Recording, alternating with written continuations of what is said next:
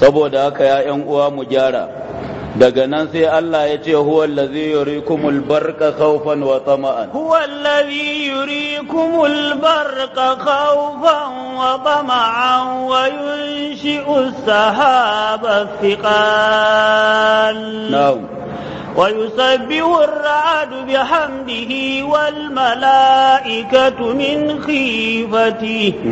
ويرسل الصواعق فيصيب بها من يشاء وهم يجادلون بالله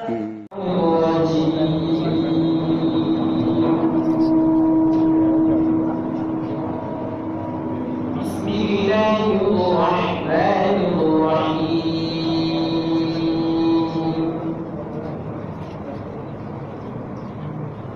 إن الذين آمنوا والذين هادوا والصابئين والنصارى والمجوس والذين أشركوا إن الله يفصل بينهم يوم القيامة الله على كل شيء شهيد ألم تر أن الله يسجد له من في السماوات والأرض ألم تر أن الله يسجد له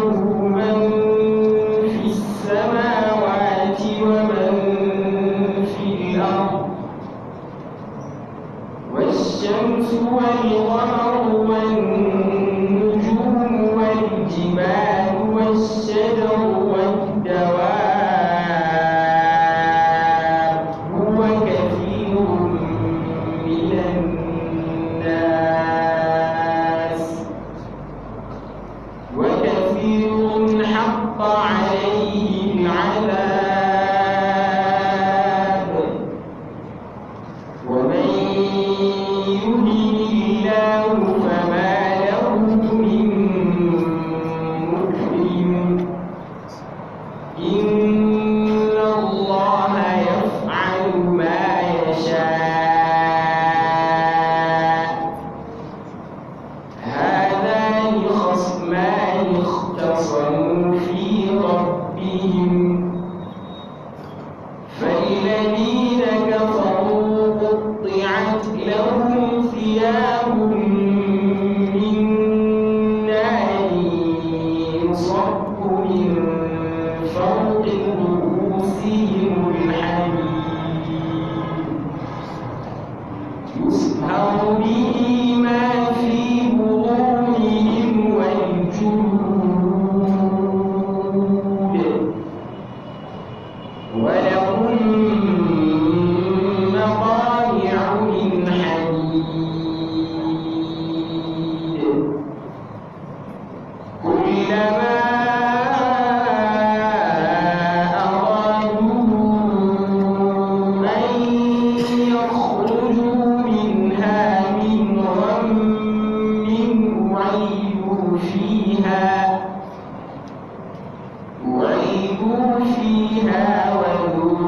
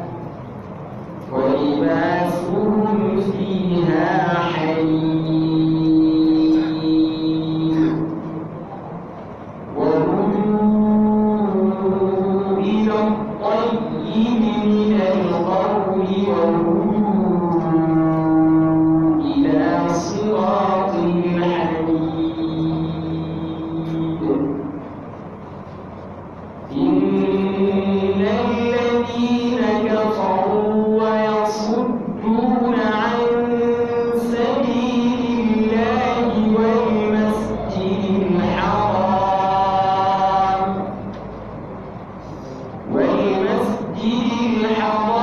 الذي جعلناه للناس سواء العاكف فيه والباد ومن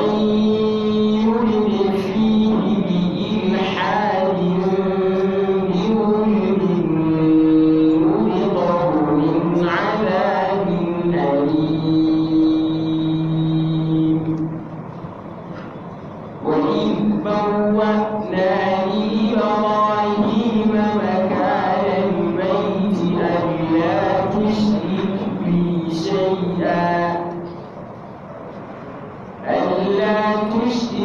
بي شيئا وطهر بيتي للطائفين والقائمين والركع السجود وأذن في الناس بالحج يأتوك رجالا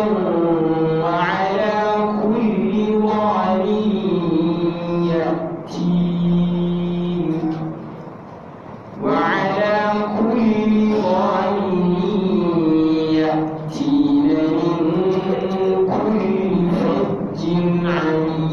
عميق ليشهدوا منافع لهم ويذكروا اسم الله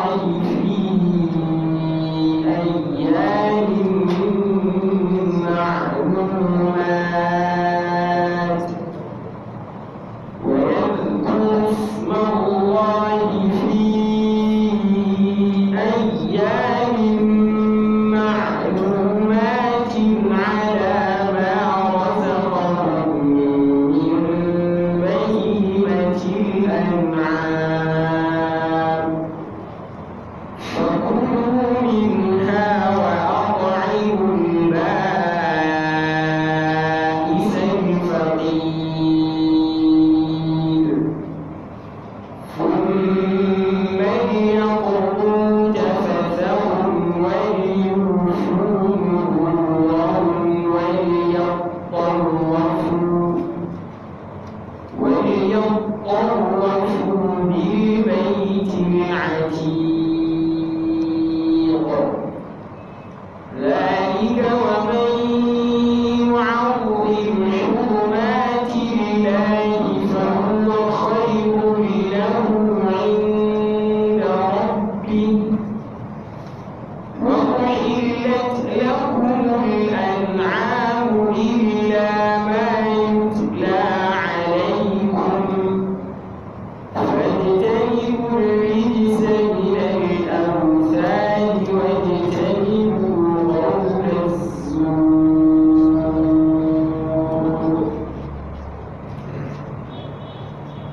أعوذ بالله من الشيطان الرجيم.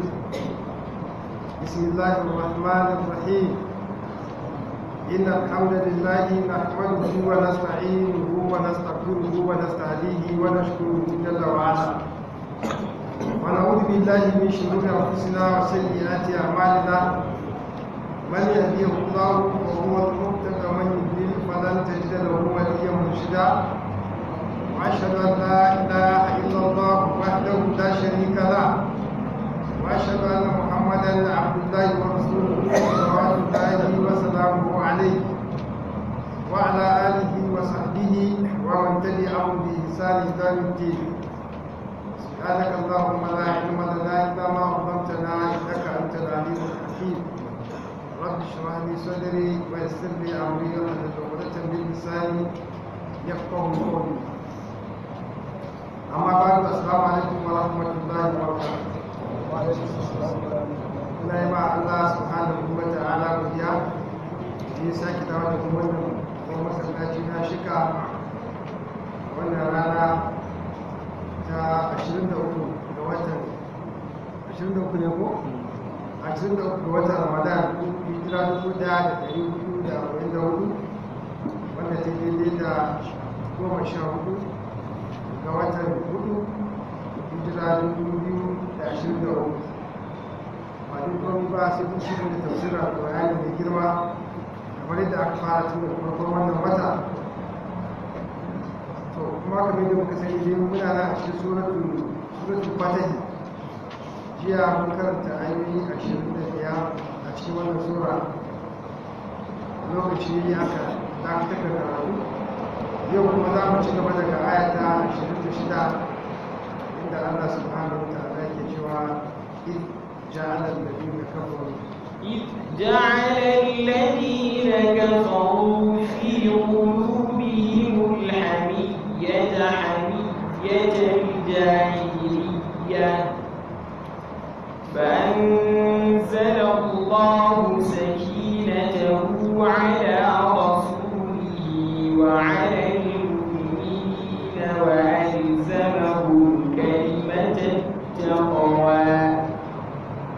وألزمهم كلمة التقوى وكانوا أحق بها وأهلها وكان الله بكل شيء عليما. Ubangiji Allah subhanahu wa ta'ala yake ce mana bayyana mana irin yadda Allah ya tattali ga ainihin kafirai na azabtarwa mai tsanani yayin da suka saba mashi, sannan kuma ya alkawarin ainihin aljanna da mummuni da suka wato ainihin bi suka mai ɗa'a suka masu su ɗa'a. To a ƙarshen ayat da makaranta jiya Allah subhanahu wa ta'ala lalle ya ce da a ce an ware tsakanin mutanen Makka an tace mummuni ne a gefe mazansu da matansu, sannan kuma kafin suna gefe da Allah ya tabbatar da su azaba mai radadin da su. Wannan ayan kamar ci gaban wannan jawabi ne, sai Allah ce in ja'ala alladhina kafaru, domin wanda suka kafirta wato Allah subhanahu wataala ya sanya masu a cikin fi qulubihim al-hamiyata, wato an sanya masu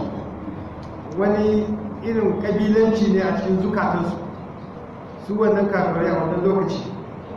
hamiyatul jahiliya, kuma kabilanci irin na jahiliya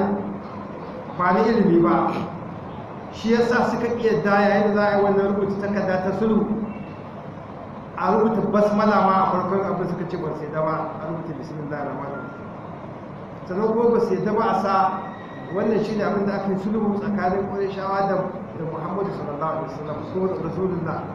suka ce ba sai da ba shi ma sai an cire wannan Rasulullah, sai dai a ce wannan shine abin da aka yi sulhu tsakanin Muhammadu da Qurayshawa.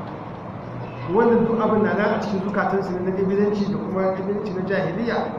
adawa ce kawai riko da shirme da shiriri ta yake a cikin zukatansu. Sai suka tsaya kuma akan haka suka ce su ba za su yi da ba a sa ɗaya da ita wannan ko ba za a shiga garin Makka ba a wannan rana, a wannan shekara da aka yi, sai dai shekara da zuwa. Sai Allah ya ce ba an zama Allahu sakinatahu ala rasulihi, amma sai Allah subhanahu wataala daidai wannan lokaci ya saukar da nutsuwarsa a kan manzansa. Dama yana da nutsuwa shi a cikin an ƙara mashi nutsuwa ne a kan nada, sai mummune su kuma Allah subhanahu wataala ya kawo su nutsuwa su ma suka, domin da ba su fahimci amfanin sulhu ba, kamar ma ba za a yi da sulhu ba, kuma ana ganin kamar an kwano musulunci ne, an kwano musulmai ne. Amma sai Allah ya kawo nutsuwa, manzo da musu bayani suka yadda cewa mu ne muke sama, saboda dalilai daban-daban da ya faɗa masu kuma suka fahimci haka. Allah sai ya sa wannan, ya sa masu nutsuwa, sannan kuma alzamahum kalmatat taqwa, kuma Allah subhanahu wataala ya tabbatar ma ainihin su wa'innan mu'minai da kalma ta taqwa, ita ce kalmar ikhlasi, kalmar la ilaha illallah muhammadu rasulullah, cewa wani abin da za a bauta ma da gaskiya sai Allah, kuma lalle annabi Muhammadu shi ne maza Allah, don haka shi za a faɗa duk abin da ya ginda ya suka tsaya a kan nan gurin, ba za su fita da kayan da aka sharɗanta a kan wannan. Kazu a haka biha, kuma dama su suka kasance mafi cancanta da ita wannan kalma a cikin ilimin Allah subhanahu wa ta'ala, domin Allah ya kalle su kamar a ce ma an zabo su ne an tace. Da za a wani tafiya daga garin Makka, daga garin Madina zuwa Makka, sai da aka tace su, aka zabo masu tsantsan imani din, aka yi wannan tafiya. Wayancan kuma bar gurbi duk suna can an basu a garin Madina, da haka sai Allah ya tabbatar musu da wannan kalma ta takawa, suka zama to su cancan da su ala kuma su ne wato ainihin ahalinta. Kana Allahu kulli shay'in alima. Dama Allah subhanahu wataala ya kasance masani ne da komi, kowane abu da ke faruwa Allah na sane da shi. Kafin su taho Allah ya samu da zai faru, bayan sun taho Allah ya samu da zai faru. Wannan sun da za a yi Allah ya san za a yi shi, daidai za a yi abubuwan da za a yi Allah yana sane da shi. Kawai abin da gudana ne kamar ana sa kasa, da haka Allah masani ne da komi, kuma Allah ba zai bushe ba da irin wannan siffa ɗin ila yau mai kiyama. Allah duk abin da ake yi a bayan ƙasa da sanin shi ake yi, ba kawai yana faruwa bane ko sai dai ga yawa. Sai Allah ya ce da kasara Allahu لقد صدق الله رسوله الرؤيا بالحق لتدخلن المسجد الحرام إن شاء الله آمنين محلقين رؤوسكم إن شاء الله آمنين محلقين رؤوسكم ومقصرين لا تخافون فعلم ما لم تعلموا فجعل من دون ذلك فتحا قريبا. نعم. الله سبحانه وتعالى سيقول لقد صدق الله رسوله الرؤيا بالحق. حقيقة الله سبحانه وتعالى يا قسكتا ainihin mafarkin da manzala sistem ya yi ya zama gaskiya, saboda dama abin da ya faru wannan tafiya kamar da muka faɗa, shi manzo sallallahu alaihi wasallam ya yi mafarki a wannan shekara, gashi nan ya gan shi yana tawafi a ɗakin Ka'aba tare da sahabbai cikin aminci, kuma bayan sun gama wasu suka je suka aski kawunansu, wasu kuma suke sai. To wannan mafarki kuma dama ƙa'idan annabawa su farkon wahayinsu daga mafarki ne. A ru'ya saliha shi ne farkon wahayin da ake ma annabawa. Idan suka fara ganin mafarke idan an waye gari kuma sai suka mafarkin ya tabbata. Ko shi manzo da sallama kafin ya shiga kogon Hira, irin waɗannan mafarkan aka nuna mashi kafin a bashi annabta. Duk abin da ya mafarki in aka waye gari sai ya ga abin ya tabbata. To bare kuma ba yanzu har amma bashi annabta a cikin kogon Hira, ai kuma malaika Jibril ya mashi wahayi. Amma an yi wani shekara 13 ana saukar da wahayi a garin Makka, sannan aka hijira aka tafi Madina shekara 6 bayan hijira. Kaga wani shekara 19 kenan da saukar da wahayi. Duk a lokacin da manzo Allah ya confirm ya riga ya zama annabi. To kuma sai ya yi mafarki. Wannan mafarki da ya yi, to kuma ya tabbatar da wahayi ne, gaskiya ne, tabbatacce ne. Ko manzana ya faɗa ba ya ce ko kai ba annabi ba, kai ɗin nan ba annabi ba, manzana ya ce a ruku ya saliha min Allah. Ya ce duk wanda ya mafarki, ya ga mafarki kyakkyawan mafarki, kuma da ya tashi sai wata rana yaron ya tabbata daga Allah ne, wani ilhama ne Allah ya maka. Amma ba ruku su idan kai mummunan mafarki, ka ganka a cikin mafarki ka sha wuya, an biyo ka da kyar ka sha, ka tashi kana haki, domin ne shaidan daga shaidan ne wani, in ka shi kawai ka nemi tsiri daga shaidan, shi a uzu billahi shaidan da mutum, kuma kaka ba kowa labari ba zai tabbata ba. Amma in kai kyakkyawan mafarki, to daga Allah ne, sabo ne ana ke maka na albishir, ko da kai ba annabi bane, ana so ka ba masoyanka labari su ta maka addu'a Allah zai tabbata da shi Allah ya. Amma kaka ba makiyanka domin za su ci addu'a kada Allah ya baka. Wanda ka san masoyanka ne ka ba su labari su tabbata, Allah zai tabbata da shi Allah ya. Amma in ka ga mummuna, an ce kaka gaya kowa. Akwai ta addu'a da aka yi, tashi ka ga mummuna mafarki, ka shiga kakane kai da ka fita, to sai ka tofi so ka tofa ɗaya a nan ka tofa a ko ka so uku gaba ɗaya ɓangaren dama tofi guda uku ɓangaren hagu in kai wannan ko ɓangare ɗaya ma kai tofi guda uku tuk sai ka ce ya Allah Allahumma inni a'udhu bika min sharri ma la fi manami an yadurruni fi dini wa dunyaya ya doki ba ta da wata tsawo Allahumma inni a'udhu bika min sharri ma la fi manami an yadurruni fi dini wa dunyaya ya Allah ina neman tsari a gare ka daga sharrin abin da na gani a wannan mafarki nawa kai ya cutar da ni a addini na da rayuwata ta duniya shi ke na magana ta ƙari wannan mafarki ba zai cutar da ke ba kuma kada bukatar sai ka je ka tambaye wani bai baka fassara na wannan mafarki kai shuru kawai in kai wannan addu'a shi ke na magana ta ƙari to kaga mu kenan ma ya ku bayi an ce dan mun ga mafarki mai kyau ana fatan zai tabbata to za kuma ga annabi to lokacin da manzo Allah ya yi wannan mafarki ya ga yana shiga garin makka suna dawafi kawai sai ya gaya masahabansa cewa lallai wannan mafarki nawa gaskiya ne kuma lallai za mu shiga ɗakin ka'aba za mu je mu yi dawafi da haka ku zo mu to sai suka tafi to da aka je sai kuma kafirai suka hana to wannan abun ya dan sama wasu daga cikin sahabbai za su samu ƙaiƙayi a cikin zukatansu anya wannan mafarki kuwa ma tabbatacce ne to kada shi ɗan ya saƙa wasu wani abu gudun kada shi ɗan ya saƙa wasu su rika tunanin wannan mafarki zama ko ba gaskiya ba ne kawai sai Allah ya saukar da wannan aya kafin a koma gida cewa lalle Allah ya gaskata wannan mafarki da manzo Allah ya yi na gaskiya ne zai tabbata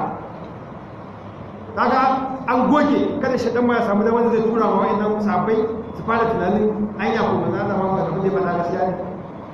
da kuma sun yi wannan shakka kawai imani zai iya samun matsala sai aka sauka da aya ta goge cewa da tattalin da masjid harami Allah ya ce wallahi wannan lamun da farko ladin nan rantsuwa ne lamun kasami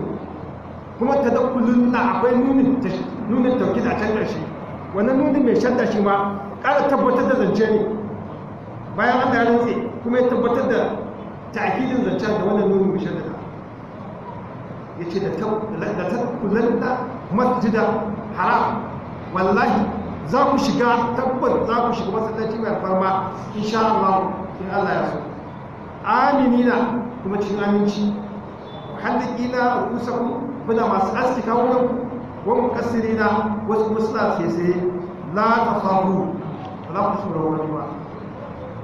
kaga shike da magana an dinke barakar ta taso kada shi ne je fara zagayawa yana ce musu ai mafarkin da tabbata fa'alima madam ta'lamu Allah ya san abin da ku sani bane shi yasa ya hana a shiga wannan shekara an jinkirta ne ya je gani a shiga ko ba dole bane a wannan shekara shi sai da tsiya da na shiga kuma dalilin da yasa aka shiga wannan shekara saboda kamar da muka faɗa akwai mu'mine a cikin garin maza da mata gudun ka a shiga garin da yaki a samu matsala a kashe wasu daga cikin Allah shi ya san abin da ke ciki wanda kuma ku sani ba don haka fata adadin gudu zalika fata hankali ba kafin ma a jiya da wafi a shiga garin makka a yi da wafi cikin aminci Allah sai ya sanya fatahi makusanci aka ci kai mara da yaki aka samu gani ma mai yawan wasu da haka shi ke na fara share fage by next year ko sai aka dawo aka shiga garin makka cikin aminci da haka Allah subhanahu wa ta'ala sai faɗa haka aka kwantar da hankalin ainihin gobe kowa ya koma gida ba ya shakka gobe tunda dai aya ta riga ta sauka kuma Allah ya rantsa da sai an shiga sun san sai an shiga kawai sai da jira lokacin kawai kuma sai aka ba sa insha Allah kamar istisna'i ne na nan gaba zai faru ba tabbas bane ya faru yanzu amma Allah ya ce da yardar Allah sai an shiga shi ke nan magana ta kai sai kowa hankalin shi kuma kwanta ko da sun koma garin Madina kafirai sun ce wai me yasa ba ku shiga ba ai an ce an yi mafarki ba ku shiga ba sai su karanta masa wannan aya ai ga abin da Allah za mu shiga kuma ku saurara ku ya da ya ce na kwarai kuwa ai tun da akwai ayat da Allah ya faɗa manzansa ba za ta kula da shay'in ni fa'idin da zaka gada illa an yasha Allah to tun da haka ne ana kula da shi ba za ta kula da shi a cikin suratul kafir ko ni fa'idin da zaka gada illa an yasha Allah kakka sake ka ce zan aikata kaza lokaci gobe sai ka ce insha Allah tun da an saukar da wacce aya to yanzu kuma tun da shekara mai zuwa ne ake tare za a shiga sai Allah ya haɗa mashi da wannan insha Allah aka tafi koma a kan zai shi kuma dama tun daga lokacin da manzana bai ƙara cewa da yake wani abu ba sai da ce insha Allah wasu ma da wasu ta daidai wannan a cikin suratul kafir an zo an tambayi manzana yahudawa suka za su tambayi manzana suna so su kure shi suka ce yahudawa suka ce ku je ku tambayi manzana wasu tambayoyi da guda idan ya an samu su gaba daya to ba annabi bane amma in ya ce bai sani ba ilimi na wajen Allah to annabi ne to da yanzu suka tambaya a ciki a ina rai yake ya sabu da ƙarin ruhu na rai yake to yau shi ba za ta sha kiyama in ya faɗa muku inda rai yake to ba annabi bane in ya faɗa muku ta sha kiyama ba annabi bane sannan sai ɗayan malamin ta ɗaya su abu guda uku ne da yanzu suka tambaye manzo Allah da sallama kawai sai ya ce musu ku je ku dawo gobe zan ba ku amsa to sai Allah jinkirta wahayi saboda wannan aladabtar da shi ne yasa zai ce a ga dawo gobe aka ɗauki lokaci wajen kwana 40 ba yi wahayi ba su dawo su tambaya har suna ganin kamar ba ma amsa aka ɗan dile shi daga baya sai Allah ya bada amsa sai kada yana mutuwa aka abin da shafi ruh shi a ga masu ulul min amr rabbi sannan kuma tashin kiyama inda Allah da sauransu to irin wani abubuwan shi yasa aka sauka da wannan ƙa'ida tun daga wannan lokaci kuma za ta ƙara cewa da yake gona wasu ya ce insha Allah kuma karantarwa ne a gare mu ba duk abin da kake so ka yi to ka sa insha Allah a ciki kuma za ka ga taimakon Allah ana ce mashi kamar ifadi ne wannan bayan za a kama ka ce aika dama ka ce insha Allah sai dai insha Allah wanda ƙarya dama ka faɗi shi yawa ko da ce insha Allah amma da ƙarya ya san ba zai yi ba amma ya ce insha Allah zai ba a san nuna wani Allah ya ga zuciyarka Allah ba ba sai Allah ya ce هو الذي أرسل رسوله بالهدى ودين الحق ليظهره على الدين كله وكفى بالله شهيدا. نعم فسر wannan Allah subhanahu wa ta'ala ce huwa allazi arsala rasulahu bil huda lalle Allah shine wanda ya aiko manzansa da shari'a wa dinil haqq da dini da gaskiya kaga duk wannan maganganun ba za a koma bayan dawo an zo da yake za a koma gida aka samu wannan ayoyi kuma za a ji akan kama yahudawa da munafikai za su ci cewa lalle Allah shine ya aiko manzo da gaskiya da shari'a da kuma addini na gaskiya biyu zurahu ala addini kulli domin ya rinjayi addini shi ne rinjayi kowane irin addini gaba ɗayansa an gaya masu su je ma da kullum su yanzu cewa wannan addinin da Allah ya koma zo da shi sai ya rinjayi kowane irin addini shi ma kan shi kama an gaba masu ne an ƙara taka masu mulki su gane wannan saƙon na Allah ne akwai shi ne a cikin san za ka biyo ka biyo ba za ka biyo ba to sai ya rinjayi addini kowane irin addini da aka shi yasa nan da aka zo fatawa makadin da aka dawo kafin shekara da zuwa da aka zo da manzala ya zo gumakan da ake bauta ma cikin ake kama duk ruguje su yayi yana tura suna faduwa yana cewa jihar haku wazahar batila ko batila ne قل جاء الحق وذهب الباطل إن الباطل كان زهوقا haka yi sai da ya ruguje su gumaka kuwa a ɗakin kama akwai 360 wani gunkin aka bauta mashi yau ba za a ƙara bauta mashi ba sai shekara da zuwa gobe wani za a je shi ma sai shekara da zuwa aka wuce da shi kwanaki shekara ne gaba daya suna kamar yadda da ya zo saboda a nuna cewa wannan addinin zai rinjaye addinai duk gaba ɗaya kuma ka sai da aka rubuta su lati su uzza duk aka kukkuna su da masu hidima aka gurguje su gaba daya cewa dai addinin musulunci ya daga yarin jaya akan wani addinai da ake bauta wa wani Allah haka magana ta tabbata wanda ya rage ya imani ya yi wanda bai yi kuma zai je ga abin da ke faruwa Allah subhanahu wa ta'ala ya ce wannan addini zai rinjaye ko da addini waka fagin da shi gida kuma lallai Allah ya yi sai zama shaida akan wannan al'amari kuma tabbas abin ya tabbata sai da addinin musulunci ya rinjaya a duniya. har yanzu ma addini na ci gaba yadda ake shiga musulunci babu wani addini da ake shiga a cikin su kamar a duniya a kasashen turai din ba har yanzu abin zai tabbata yana nan ya tabbata wannan aya tana yi wasu da cikin su masana ne scientist sun yi nisa sun yi bincike akan addinin an ma so akwai wanda aka so ya soki addinin ya je bai binciken ya dawo ya ce shi ya fahimci addinin shi ne da gaskiya wajen da suke shaga da gaskiya haka suke fastoci professors manya-manya masu ilimi a cikinsu sun gano addinin shi ne da gaskiya wannan ka'ida ta Allah ce ya ce ta kuma haka za ta tafiya matsalar kawai shi ne mu ne musulman muke da matsala inda mu ne za mu kai musulunci inda ya kamata wallahi wani wuri da ma da hannu da musulunci saboda ɗabi'unmu da halayenmu amma Allah shi ke da addini shi ke ɗaukaka shi yasa da yawa akwai za su ga musulunci su ce mu ba wani wa'azi aka mana ko Allah ne ya fahimtar da mu har wani yake cewa to yadda wani zai musulunta a ƙasashe na turawa ko ba musulmai a wurin amma kuma daga musulunta sai aka gwada mu cewa addinin musulunci addini ne wanda yake al-muslimu abul muslim ko wani musulmi da kuma musulmi ne kamar jiki ɗaya suke kamar gangan jiki ɗaya suke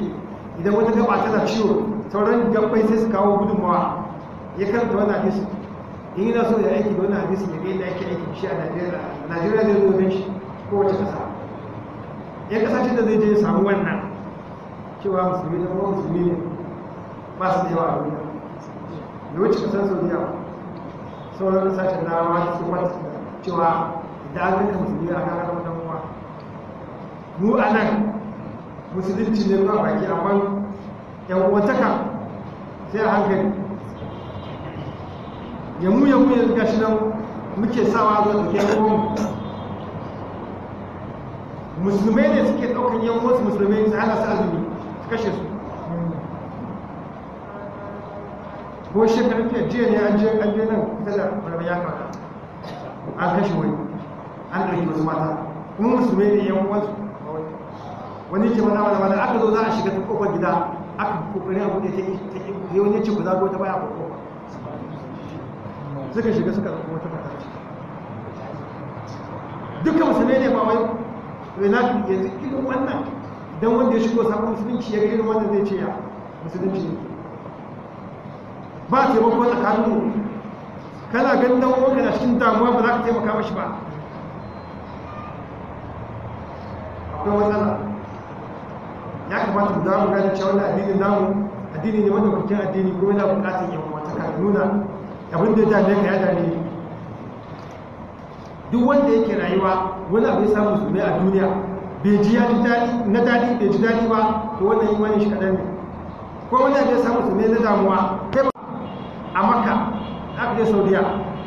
aka yi musulmi aka mutane da suka mutu wani yake fada da aka zo na bayan labari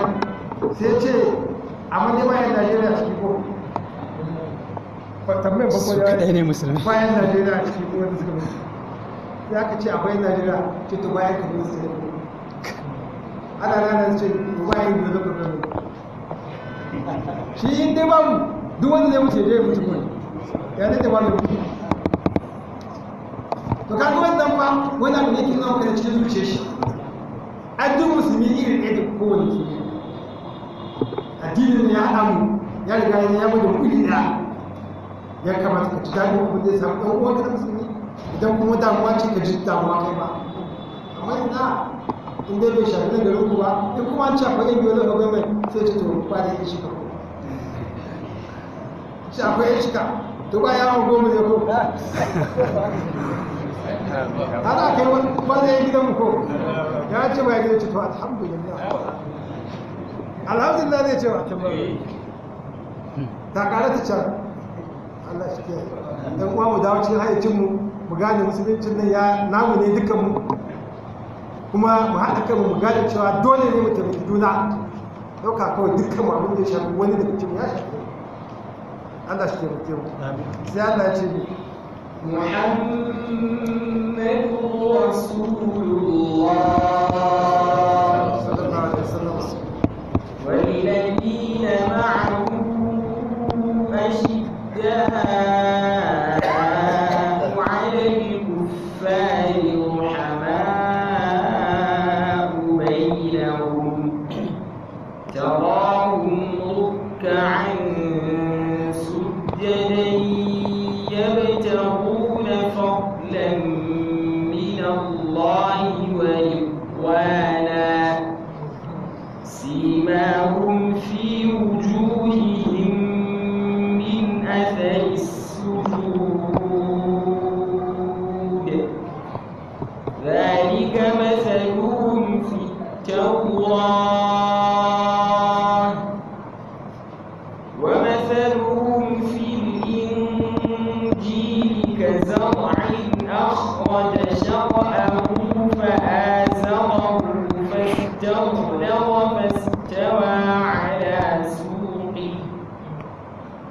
فآزره فاستغلظ فاستوى على سوقه يعجب الزراع ليغيظ بهم الكفار وعد الله الذين آمنوا وعملوا الصالحات منهم مغفرة وأجرا عظيما. الله أكبر. a wannan ayar da makaranta ta bayan kafin wannan a ƙarshen ayar Allah ya ce maka fadi lahi shahida lalle Allah ya ce da shaida akan cewa lalle shi ya aiko manzansa da wannan addini na gaskiya kuma zai rinjayar da wannan addini akan kowane addini sannan kuma sai ya zama shi Allah shi ne kuma shaida kamar ka ce wa fadi lahi shahida Muhammadu Rasulullah haka ake fasara shi aka cewa lalle Allah ya zama shaida cewa lalle kai annabi Muhammadu manzon Allah ne in kuwa da riga kai ya zama ya shaida ya ba magana kowa kama kowa ya shaida Allah ya riga ya tabbatar da cewa lalle annabi Muhammadu manzon Allah ne cikakken manzo wanda yake kuma a cikin manzannin ma shine shugabannin manzanni Allah sai ya ce wanda zai zama wanda suke tare da shi kuma Allah ya ce ashiddawu alal kuffar masu tsanani ne akan kafirai Allah ya riga ya zama shi wayannan sahabbai tun kafin ma ya zo domin tun lokacin annabi Musa Allah ya faɗi siffan wayannan za'i annabi da irin sahabbansa tun kafin lokacin annabi Musa lokacin annabi Isa ma sai da Allah ya saukar da ayoyi a cikin Injila cewa za a yi wasu mutane su ne sahabban manzan Allah tun an tattale su tun kafin su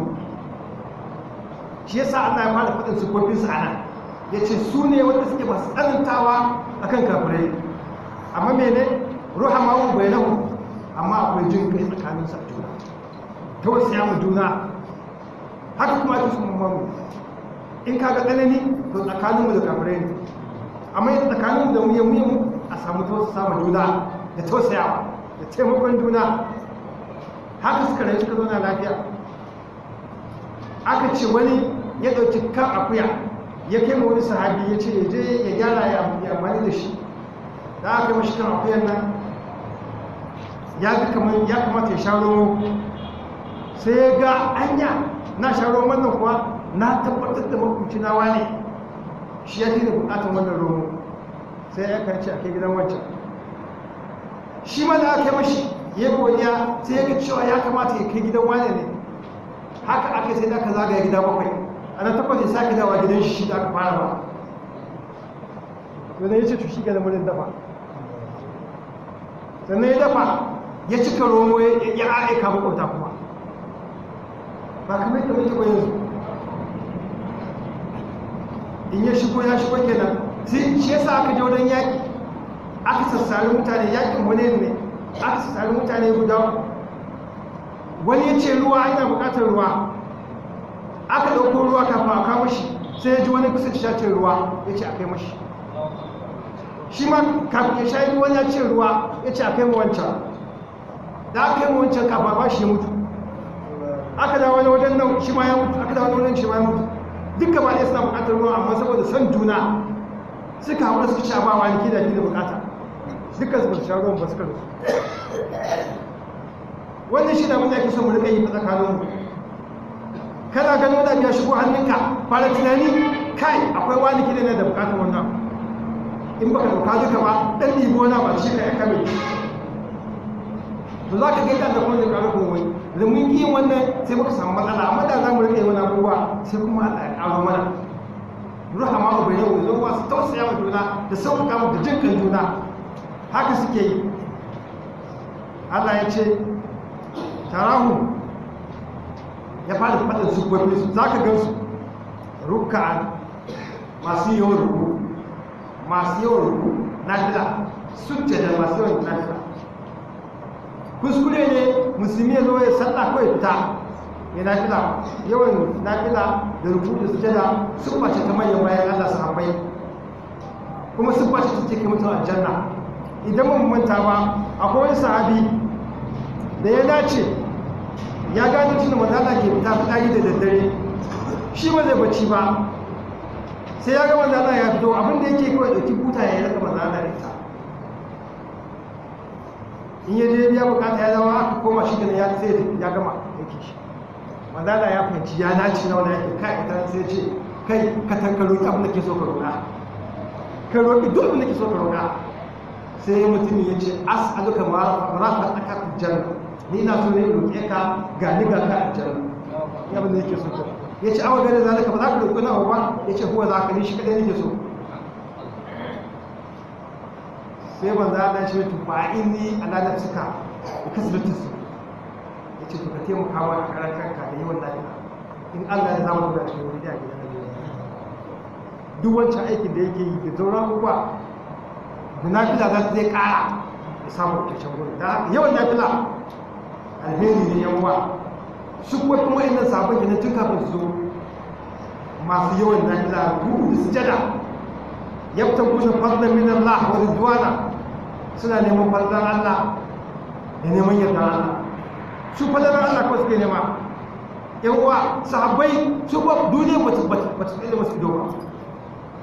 Akwai wani da cikin sahabbai wanda ya ce manzo Allah ya manzo Allah ka sanya da cikin wanda sun yi addu'a za a karba. yace kana sa ka ce to ka kyautata abin da za ka ci a bakinka a ima da maka ka kyautata abin da za ka ci a bakinka kar ka sake karkashin haramu. Tun daga wannan ranar sahabi ya ce ba kana cin haramu sai dai mulu da yawa. Ashe Allah ya karba addu'a su dan yi addu'a yanzu za ta tabbata. Sa'ad bin Abi Waqqas dan haka Allah sun ya ba shi wannan garanti dole da ya shi ne wanda ya je za su tsallaka teku da ruwa za su yi yaƙi, kwamandan yaƙi a lokacin ya ce ya Allah za mu tsallaka mu da yaƙi kamar mu da manu bisa saman teku inda mu tsallake da wani dawakin ya roƙi Allah ka sandar da wani su tun da ya riga addu'a ya san da zai karba ya zama dokinsa ya ce ku zo ba magana a je a test wani a tsohon kafa a'a a guje suka zo ko suka dira akan ruwa suka kama su kuwa suka wuce ba wanda ya nisu ya riga ya san yau da Allah subhanahu wa ta'ala. Sannan shi da wata rana wata mata ta ce mashi ya ci mata geginta ya riga Allah ya ce ya Allah idan za ta rubuce ka makantar da ita kuma ka kawo shirin zai bayyana a gane cewa ba zalunce ta ba, kuma ka jefa ta a cikin rijiyar da ke da yaki ta mutanci ba zai ɗaya matan da makanci. Gana Allah ya sa aka wani ruwa mai yawa, ruwa ya zo fitar da iyaka a gane iyakan shi inda yake da cikin iyakanta da nan ƙarshe ta fata cikin rijiyar. Wata rana kuma a Kufa yana yawo a kasuwa sai ya su mutane suna zagin sai da Ali, sai ya daga hannu ya ce ya Allah idan wa'annan zalunci sai da Ali suke zagin shi ba kan gaskiya ba ka nuna aya. Nan ta ce wani bito kamar da kuma ya kashe su biyu ya bace. Kaga wannan bawan Allah ya tabbatar ana kama addu'arsa, amma a tarihinsa an ce bai taɓa roƙon Allah ya bani masara ko abinci ko tuwo ko kuɗi. Ya taɓa roƙon Allah shi amma sana'a ce ta neman yadda Allah ko zai tsaye addu'a, ba wai din neman duniya ba wasu da wani duniya tarkace banza ne wannan. Yanzu idan mun muka samu wannan ya za ka fara cewa ne Allah ya sa dan gote da mu yaro kai ka zama kokarin dan gote malala gashin tafiya ko dai wasu roƙon a cikin manhajin musulun ma a cikin wasu bayan Allah ko wanda ya je ya fitoci a jakinsa ya ɗora wa jakinsa kaya yana cikin tafiya a cikin daji sai jakin ya mutu da kaya nike ne ba wa Allah na koyi alwala ya raka biyu ya ce ya Allah ka san ba zai ɗauka wannan kayan ba ka rayu wanda jaki na ke ne gida ke ma kayan gida ina gama sallar koyi da jaki ya tashi ɗora mashi kayan shi ana zuwa gida ya kara mutu da shi dama ne bukatar da ka ji kakar ta bulu a cikin ana kimin na su ba su neman komi sai ne ne yadda Allah kawai kuma idan muka komo yadda Allah muke nema to sai Allah sai haɗa maka da duniya da lahirar kwada ita zama matsalar duniya ma in ka ce kana neman ta da za ta ce ba ruwanta da kai tana gudu kuma amma ka ce ba ka santa kuma sai ta rika biyo ka kuma ka jarraba ka gani ko ba ka da haƙuri ne to ya kayan kwana biyu kayan kwana uku ka ba ta biyo ka ba sai ka dawo kuma ka biyo ta Allah shi mutum mawaka yabtaguna fadlan min Allah wa ridwana sai Allah ce simahum fi wujuhihim min athar sujud alamun su a fuskokin su za a ga alamun sujada wasu sun ce ana ganin ko wani baki wasu da wannan ayar ne wasu suka rika goga goshin su a ƙasa idan suka sujada sai an ga baki cewa su ma simahum fi wujuhihim min athar sujud wannan ba dai ba hujja bane kada kai wannan idan baka da imani ba ruwa da wannan goshin ka goge zuciya kawai ake so ka gyara su ma an ce da an ga fuskar za ka tana shayin kawai da kaga fuskar mumine ne kawai za ka ga tana walwali ne kawai tana kankani suna cikin natsuwa da kwanciyar hankali saboda suna yawan sujada Allah ya ce wannan shi ne dalika masalahun fit tawrat wannan misalin da muka ambata suna yawan sujada suna yawan yadda Allah suna kaza tun a cikin at-taura a cikin annabi da ta faɗi Musa aka faɗa cewa ga abin da za su rahama Allah su ne su wannan su fara haka Allah ce dalika masalahun fit tawrat wannan masalahun fil injili misalin su kuma a cikin injila bayan annabi Musa zo aka ka annabi Isa ya zo aka ƙara faɗin misalin su kuma akwai wasu mutane za su zo su tafiya tare da manzon Allah sallallahu alaihi wasallam ga sufar su a cikin injila sai Allah ya ce misalin su shine mene kazari misalin su kamar shuka ne ko aka rata can ahu wanda ya fitar da tsiransa shuka ya fito da tsira idan ka shuka masara sai ya fito ya bude ya ɗanyi kunni ko ɗaya ko biyu ko wake idan ka zo da yatsa guda biyu sai ka ɗige shi ko yatsa biyu sai ka ɗige shi ko dawa ko gero ko amma sai ta ce fa'adar rubasta ga fassawa suna kamar shuka lokacin suka shigo aka musulunci ya zo sabai ba su da yawa kamar shuka ce ya banya amma sai ya samu ya kafa a ƙasa ya kauri ya daidaita a kan ainihin reshen a cikin jijiyoyi suka kafa a ƙasa to koyin dawa idan ka riga ka shuka ta ko masara ta kai lokacin da ta yi ƙarfi ta yi kauri kafa jijiyoyi in an zo girbi dawa za ka ce da hannu za ka tugewa ba tugo magirbi ma idan baka sa wani sai ka sana biyu zai sare ta amma kuma da fa da yatsa idan ka zo ciro da yatsa kake cirewa to haka siffar sahabbai suke lokacin suka shigo aka samu sahabbai ba su da yawa kai ka ce ya bayyana shuka ce amma suka riga suka yi karfi da kuma shi kenan ba su tuko in ji Allah maɗaukin sarki da haka suka yi kauri suka kafu fastawa na suki yi ujibu zurra'a har ya zama to yana ba mai shuka wanda yake shuka ina jin daɗi ina ganin mamaki wanda shuka da kwana kaza ya bayyana ce ga ta samu kai har masara ta fara ɗaukar goyo to haka suke su ma sahabbai haka suka zama wannan misalin suke na a cikin injila Allah ya ce mene biya giza bihim rufa kuma Allah ya ce wa'annan sahabbai Allah ya tanaje su ne domin a kusa ta kafirai da su shi yasa da wannan ayan ne kuma malamai suke cewa duk wanda yake fushi da sahabbai kafiri ne kuma Allah ya ce domin a kusa ta kafirai da su bari har samu wani ya zagi sahabi domin akwai wasu zagin sahabbai to wannan ayan ta kai su cikin kafirci biya giza min kufa domin Allah ya kusa ta kafirai da su sahabban manzon sallallahu alaihi wasallam shi yasa tun wancan lokacin sahabbai na manzala shi kafin suke jin haushi domin sun hana a iso zuwa gadon manzala sun ba shi gudunmawa sun taimake sun duk abin da ake bukata ya mishi na kariya sun masa don haka Allah ya faɗa dama da yin sa ga wani su ya da ya ce wa'adan lahu alladhina amanu wa amilu salihati minhum Allah ya alƙawari a cikin su wanda ya aiki na gari ya imani ya aiki na gari a cikin su Allah ya masa alƙawari magfiratan zai ba su wata gafara wa ajran azima da lada mai girman gaske saboda sun yi imani sun yi aiki na gari sun yi duk abin da ake bukata shi yasa tunda suka wuce wannan sahabbai shi ke na magana ta fara lalace tun kafin sahabbai tun kafin magana ya rasu sahabbai labarinsu ya isa kasashen arna an ji yadda suke taimaka magana da suke tare da shi suna mamaki irin wani na sahabbai bayan da son mazala sahabbai suka fara rasuwa wani daga cikin shugabannin arna ya ga tabi'ai daga cikin tabi'ai sai ya ce musu wai ku ina wa'incan da muka sani wa'inda za a gansu ma kawai ba sa yin ado ba su cika sa kayan ado ba sauransu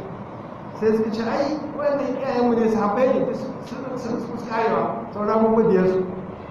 shi ne shi kafin ne ba muke cewa wallahi tallahi wa'innan duk wanda ya gansu ya san suna da manufan da suke rayuwa domin ta duk wanda ya gansu kawai suna da manufan yin rayuwa ba suna rayuwa ba manufa mai saboda mene daga ganin su kawai kai kasar ba duniya suke nema ba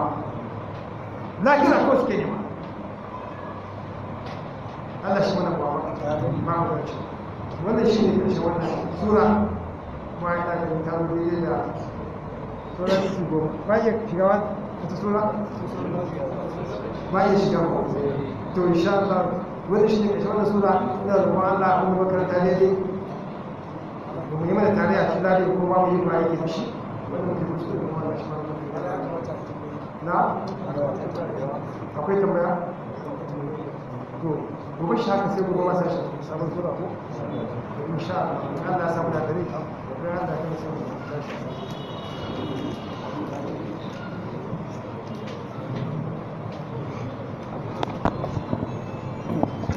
Allahumma salli alaihi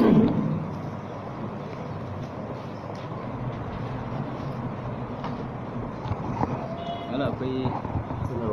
limantin na'am alhamdulillah wanda aka saba insha Allah wana za a zagaya don limantin mu koyo juma'a na Allah da sa da limantin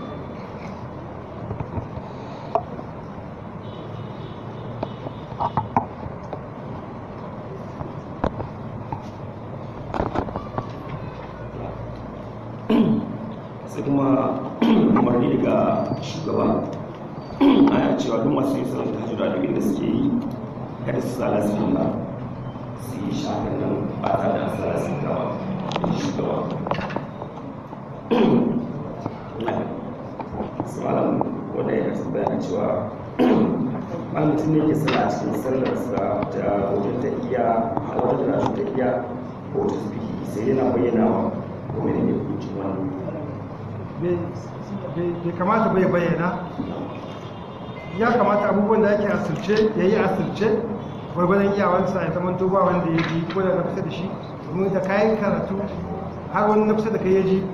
to kamar ka bayyana da aka yi kokari ya ga yana yi asirce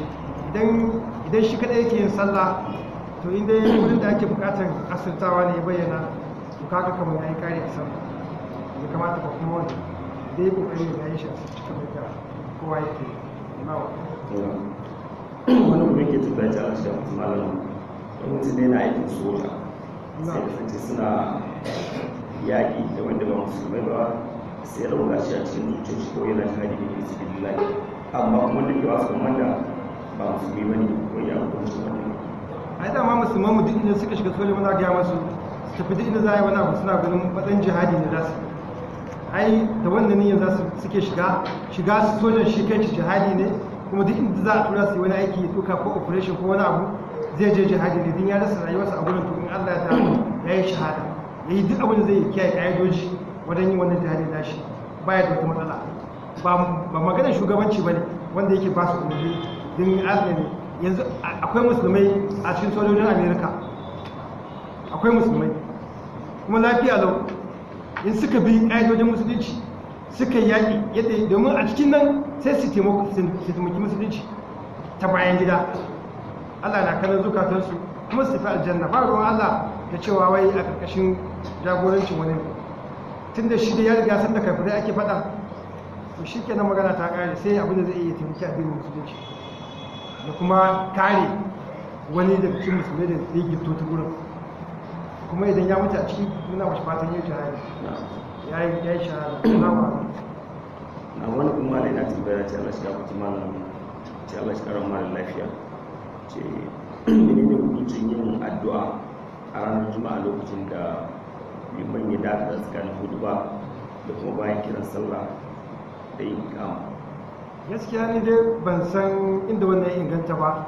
Na kan akwai wani tabi al-azkar na Imam Nawawi wanda ya faɗi zikirorin da suka tabbata da wanda ba su tabbata ba.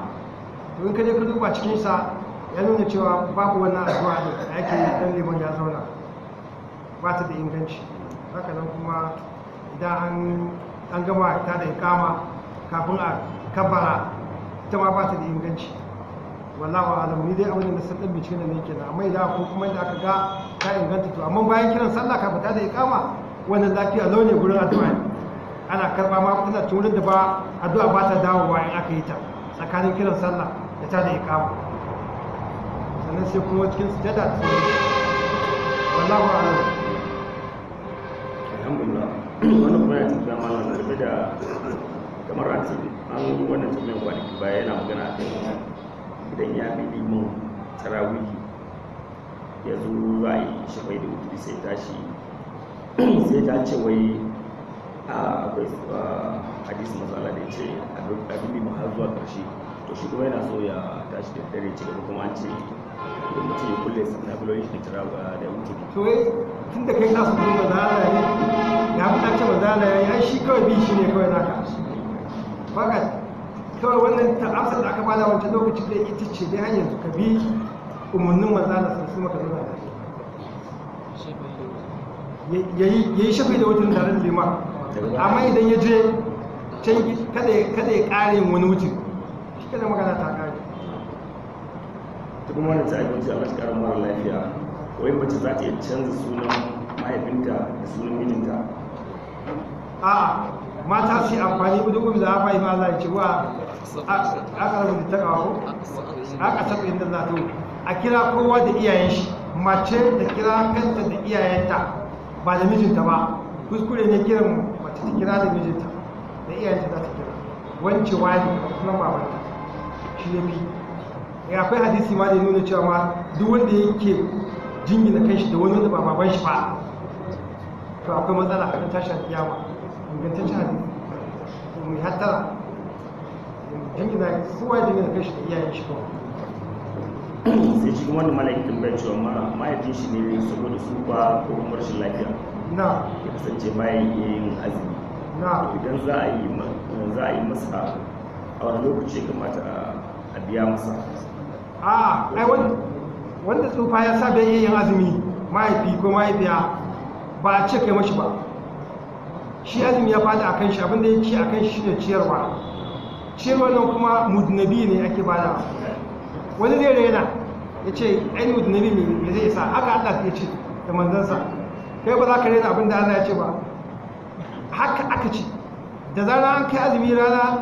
daya kuma sai an kai azumi ake badawa ba ya ka bada na wata daya ba kafin a yi idan an kai yau sai ka ɗaukar mudnabi ɗaya ka ba miskini in ka kuma iya ce mutum ɗaya dingizo yana karɓa in ka ba shi yau ka ce gobe ma ya zo karɓa bi ma ya karɓa har sai ya taru ya je ya kai a sarrafa mashi da haka mu bin nabi ake bada ba rama ba a rama mashi haka za a yi ta yi har azumi ya wuce shi kenan an gama bai ba kuma abin shi azumi kuma ladan shi daidai da wani suka azumi